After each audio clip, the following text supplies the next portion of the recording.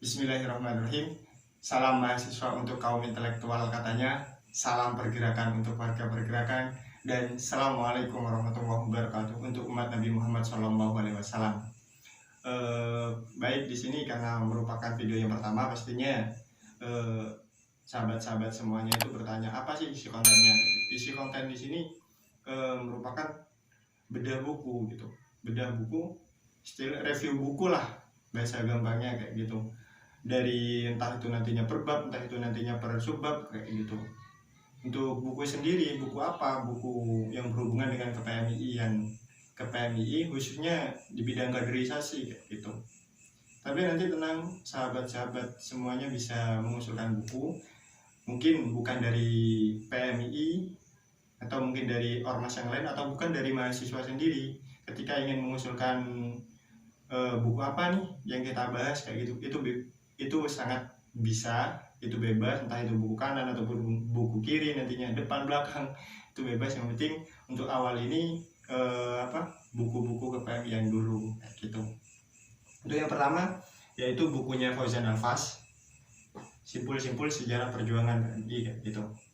Nah, oke, lanjut. Sudah di manuskrip pertama, Fauzan Al-Fas itu menceritakan kenapa sih, gimana sih awalnya ada PMI kayak gitu. Oke, di A cikal bakal PMI itu disebutkan bahwa ide dasar adanya PMI, ide dasar adanya organisasi mahasiswa Nahdliyin itu adanya hasrat kuat mahasiswa Nahdliyin untuk membentuk organisasi, untuk membentuk wadah yang berideologikan aswaja.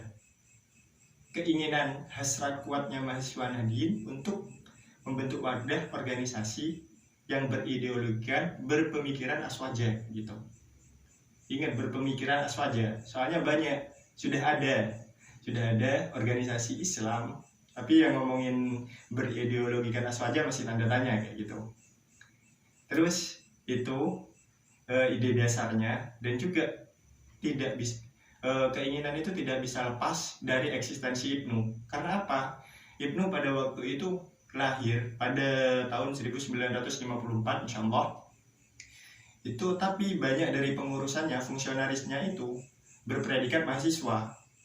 Sedangkan Ibnu sendiri Ikatan Pelajar Nahdlatul Ulama, tapi kepengurusannya itu lebih banyak, kepengurusan pusatnya itu banyak dari kalangan mahasiswa. Lah dari sana mahasiswa Nahdliyin kayaknya merasa perlu untuk membentuk wadah yang khusus untuk mahasiswa kayak gitu. Lah keinginan itu sudah terlontar, sudah diutarakan pada waktu Muktamar Ibnu yang kedua, yaitu kalau nggak salah di Pekalongan, Jawa Tengah pada tanggal 1-5 Januari itu 1957 kalau nggak salah. Itu sudah terlontar, namun pimpinan Ibnu waktu itu masih belum merespon baik lah kayak gitu, masih belum menanggapi dengan baik gitu usulan dari mahasiswa itu. Sehingga lanjut lagi kepada muktamar yang ketiga, keinginan mahasiswa itu masih ada untuk mendirikan suatu wadah organisasi yang khusus mahasiswa kayak gitu. Masih ada keinginan itu, masih ada, diusulkan lagi pada muktamar Ibnu yang ketiga, yaitu di mana? Di Cirebon. Itu muktamar Ibnu yang ketiga diusulkan lagi oleh mahasiswa, dan dari hasil usulan itu pada rapat muktamar yang ketiga Ibnu mendirikan suatu tempat untuk mahasiswa, yaitu yang bernama Departemen Perguruan Tinggi. Tapi Departemen Perguruan Tinggi itu secara struktural itu masih di dalamnya Ibnu. Oke, kita contohkan kayak gini. Di sini anggaplah Ibnu kayak gitu. Lah, Departemen Perguruan Tinggi itu ada di dalamnya Ibnu. Departemen Perguruan Tinggi itu khusus untuk mahasiswa, tapi masih secara struktural itu masih di dalamnya Ibnu kayak gitu. Itu ada sudah pada hasil muktamar yang ketiga Ibnu kayak gitu. Terus apakah sudah cukup sampai sini mahasiswa itu? Hasratnya mahasiswa sudah selesai ketika adanya Departemen Perguruan Tinggi ini? Enggak. nggak sampai selesai, masih semangat untuk mahasiswa itu untuk mendirikan wadah itu masih semangat banget kayak gitu. Terbukti pada konferensi besar IPNU, yaitu pada tahun 1960 itu di Kaliurang, Yogyakarta, pada tanggal 14 sampai 16 Maret 1960, Muktamar IPNU itu mahasiswa ngusulin lagi, kayaknya perlu ini, harus ada. Karena apa? Lo kan udah ada departemen perguruan tinggi, kenapa mahasiswa menuntut adanya wadah organisasi khusus mahasiswa sendiri? Lah alasannya ini nanti di belakang. Ini ngomongin Fauzan Al-Fas menerangkan kayak gitu di bukunya kayak gitu. Intinya yang pada muktamar yang kedua itu di usulan ada, namun masih belum ditanggapi dengan baik. Muktamar yang ketiga itu usulan itu tetap ada, tapi dibentuknya Departemen Perguruan Tinggi yang secara struktural masih di dalamnya IPNU. Sehingga pada konferensi besar IPNU di Kaliurang, Yogyakarta itu diputuskan adanya organisasi mahasiswa yang berideologikan Aswaja gitu. Itu pada tanggal 14 sampai 16 Maret 1960. Diputuskan hasil konferensi besar itu diputuskan adanya organisasi mahasiswa gitu. Sekarang akan kita ngomongin upaya dibalik kelahiran PMII. Nah sebenarnya kan usulan itu sudah ada pada tahun 1955.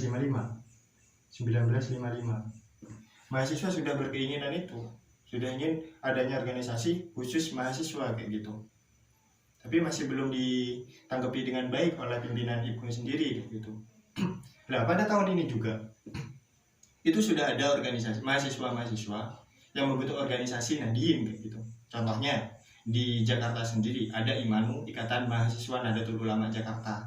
Itu pada tahun 1955. Selain IMANU juga ada KMNU, Keluarga Mahasiswa Nahdlatul Ulama Surakarta. Itu juga pada tahun 1955. Selain itu juga di Bandung ada PMNU, Persatuan Mahasiswa Nahdlatul Ulama.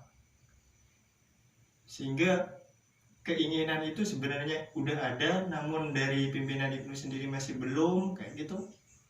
Nah, alhamdulillah pada konferensi besar IPNU itu diputuskan harus adanya kayak gitu.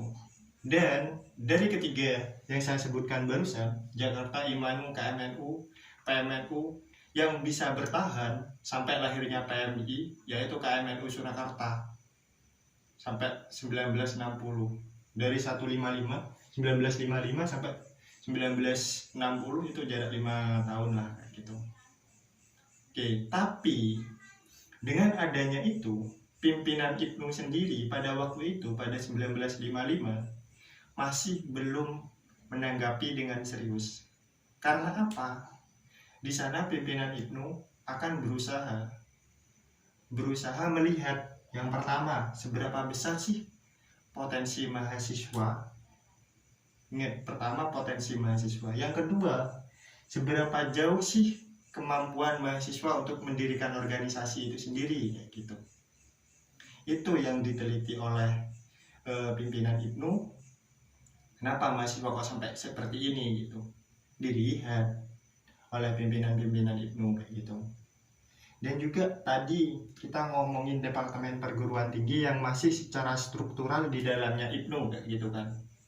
Nah, ini kenapa udah ada Departemen Perguruan Tinggi yang sudah khusus untuk mahasiswa, tetapi kenapa mahasiswa masih membutuhkan wadah tersendiri kayak gitu?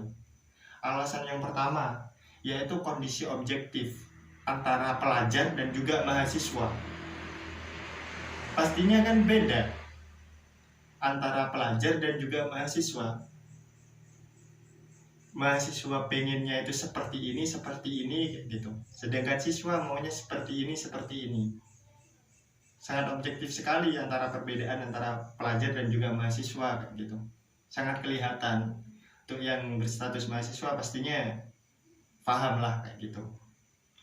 Dan juga selain alasan itu juga ada juga ngomongin PPMI. PPMI di sini Persatuan Perhimpunan Mahasiswa Indonesia kayak gitu. Yang menampung ormas-ormas ekstra universitas. Sedangkan departemen perguruan tinggi sendiri untuk masuk ke sini kan pastinya nggak bisa, karena di sini hanya menampung ormas ekstra universitas kayak gitu. Sedangkan departemen perguruan tinggi ini itu masih ada di dalamnya IPNU kayak gitu. Selain itu juga ada MMI, Majelis Mahasiswa Indonesia. Ini federasi mahasiswa senat dan dewan mahasiswa. Kalau sekarang apa bahasanya bisa? Lambuh, wajar inilah. Intinya Departemen Perguruan Tinggi ini masih belum bisa masuk terhadap PPMI maupun MMI. Lah itu yang mengakibatkan mahasiswa itu kayaknya harus perlu adanya organisasi mahasiswa sendiri kayak gitu. Dan juga pimpinan IPNU sendiri pada waktu tahun 1950-an itu lebih sepakat adanya organisasi mahasiswa sendiri kayak gitu kan. Dengan segala pertimbangan-pertimbangan, yang pertama yaitu ngomongin wadah Departemen Perguruan Tinggi itu sudah tidak memadai untuk menampung aspirasi. Pimpinan-pimpinan IPNU sadar bahwa Departemen Perguruan Tinggi ini sudah tidak memadai. Terus yang kedua, ngomongin keamanan dan politik pada waktu 1950-an itu menuntut ekstra hati-hati, khususnya mahasiswa Islam kayak gitu. Ada apa di 1950-an? Gak tahu, kalian cari tahu sendiri juga. Terus yang ketiga juga, organisasi mahasiswa Islam waktu itu yang ada hanya HMI, Himpunan Mahasiswa Islam. Jadi pertanyaan sekarang, loh, organisasi mahasiswa Islam kan sudah ada HMI, kenapa mahasiswa Nahdliyin sendiri itu mau ada organisasi baru, wadah baru gitu? Pastinya bertanya itu kan. Lah, kenapa HMI ini yang satu-satunya organisasi yang ada pada waktu itu, kenapa tidak masuk ke sini aja? Karena pada waktu itu HMI sendiri itu tokoh-tokoh HMI lebih dekat kepada tokoh-tokoh Masyumi, Partai Masyumi. Sedangkan tokoh-tokoh Partai Masyumi itu lebih dekat kepada tokoh-tokoh PRRI. Apa itu PRRI? Pemerintahan Revolusioner Republik Indonesia gitu. Ada apa di PPRI? Ada apa di Pemerintahan Revolusioner Republik Indonesia itu? Gak tahu, kalian cari tahu sendiri dari sana. Saya gak mau masih tahu sudah. Sehingga dengan alasan tiga itu, yang pertama bahwa Departemen Perguruan Tinggi itu tidak memadai, dan juga yang kedua menuntut keamanan dan juga politik yang lagi goncang, menuntut ekstra hati-hati khususnya bagi mahasiswa Islam kayak gitu. Dan yang ketiga, HMI tokoh-tokohnya lebih dekat kepada Masyumi, dan tokoh-tokoh Masyumi lebih dekat kepada tokoh-tokoh PRRI kayak gitu. Selain itu juga tokoh-tokoh NU itu masih menganggap bahwa NU sendiri itu masih lingkup jamiah, kayak kelompok kayak gitu, minim orang-orang yang memiliki kualitas intelektual yang baik kayak gitu. Sedangkan pada waktu itu 1955 Partai NU sendiri itu menjadi pemenang nomor 3 pada pemilu 1955. Dan karena orang-orang NU sendiri pada waktu itu masih beranggapan bahwa NU itu masih lingkup jamiah, minim terhadap orang-orang yang berintelektual tinggi, berintelektual ya kayak gitulah, intelektual tinggi lah bahasanya wis. Sehingga untuk mengisi kursi-kursi jabatan DPR, menteri kayak gitu, itu harus apa? Harus meng-NU-kan sarjana-sarjana yang bukan NU kayak gitu. Kan eman Pak, ketika bukan orang NU tapi karena butuh tenaganya, butuh pemikirannya, sehingga ditarik di NU-kan. Sedangkan yang menang itu partai NU gitu. Kenapa kok gak dikhususkan untuk mahasiswa NU sendiri kayak gitu? Lah, cara itu yang selalu diteriakkan oleh mahasiswa NU untuk mendirikan suatu wadah dan organisasi kayak gitu. Organisasi yang berideologikan aswaja kayak gitu. Itu yang selalu diteriakkan oleh mahasiswa NU. Baik, karena tadi sudah ngomongin keadaan yang seperti itu juga kayak gitu, dan berkat dorongan-dorongan dari mahasiswa Nahdien kayak gitu, sehingga pimpinan IPNU sendiri dan juga NU mengambil langkahnya itu apa kayak gitu. Yang pertama, mendirikan perguruan tinggi NU gitu, yang pertama. Dan yang kedua, adanya keinginan individu mahasiswa Nahdien pada waktu itu untuk emang mendirikan organisasi agar kita lebih solid, agar kita lebih terarah, agar kita lebih tahu dan sebagainya kayak gitu. Dan yang ketiga juga, adanya sinyal positif dari pimpinan LP Ma'arif untuk membentuk suatu wadah itu. Kayaknya pimpinan LP Ma'arif kayaknya lebih setuju untuk adanya wadah kayak gitu. Adanya organisasi mahasiswa Nahdien kayak gitu. Dan yang ketiga juga, memang kondisi objektif tadi yang menerangkan bahwa keinginan pelajar dan juga mahasiswa itu berbeda kayak gitu.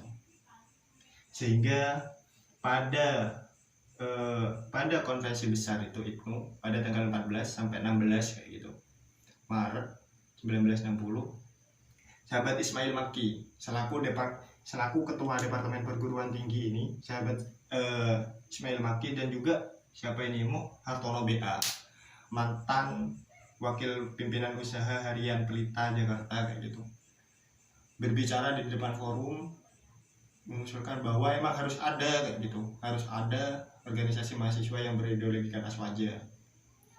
Hingga pada waktu itu sudah dibentuklah yang saya bilang tadi 13 pendiri sponsor kayak gitu, dengan limit kerja itu 1 bulan seperti itu.